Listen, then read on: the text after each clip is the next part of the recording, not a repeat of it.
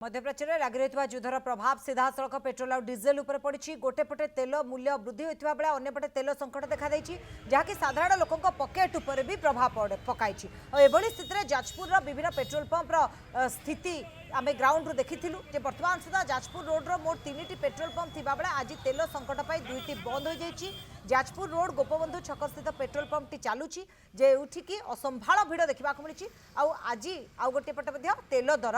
वृद्धि पाई ता सत्वे जेहेतु गोटे पेट्रोल पंप खोला अच्छी सेठी नाही नथिबा भिड़ आ बाकी पेट्रोल पंप रे केमती आपण देखुछन्ती कोटी बाउंस पड़ी बंद रही तो 2टी पेट्रोल पंप बंद रही। गोटे पेट्रोल पंप रे लोक माने तेल पकेबा पई घंटा घंटा धरी छिड़ा होइछन्ती। मध्य प्राचीर युद्धरे सीधा प्रभाव पड़ी तेल उपरे विशेषकर जो पेट्रोल डीजेल उपर यार प्रभाव पड़ी और साधारणतः लोक मान पकेट रे यार प्रभाव देखा मिली। एवं गोटे पटे प्रधानमंत्री जो तेल कम व्यवहार करने जो सचेतन करते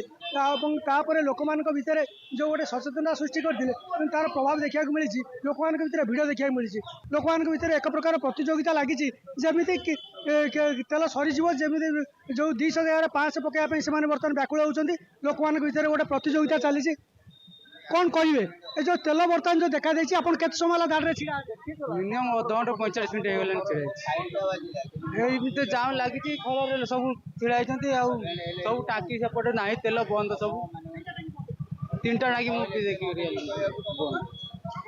चलती अधघंटा है देखुची तो से छिड़ा कौन कहे आप केत समय छिड़ा कौन कह मिनिमम 1.5 घंटा है ठिया हेलुनी पेट्रोल मिलूनी जो मिलू 200-300 टका अधिका दौना निर्लज सरकार बुझिपारे निर्लज सरकार आम 24 वर्ष शासन भितर आम केवे देखी नुले हईराण हतचंद ए बीजेपी सरकार को भोट देकी जनता आजिकार आमे माने भी बहुत हईराण हतचंद हेलु शुणुले बर्तमान सीधा सड़क सरकार को एमाने दायी करुँच कौन कहे केमती कौन देखुं ये नरेंद्र मोदी पॉलिसी देखुचु आम नरेंद्र मोदी तार वेस्ट बेंगल दखल कला ओडिशा दखल करदेला बर्तमान पेट्रोल चली जाइए अंबानी की जो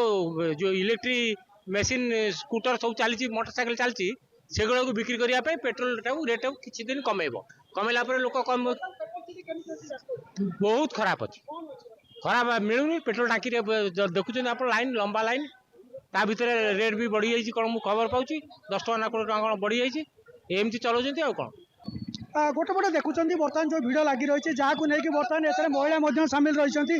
ये धाड़ी भितर घंटा घंटा धरिक से छिड़ा आम सहित जड़े महिला अच्छा पचार कौन कहे आप केतने कौन सिचुएशन कहे मुझे 8:30 बेलू आसी ठिया लाइन रू केते घंटा है आसी ठिया खरा केते जोर होते मात्रा खरा होमी लोक ठिया से सरकार को अनुरोध करुँची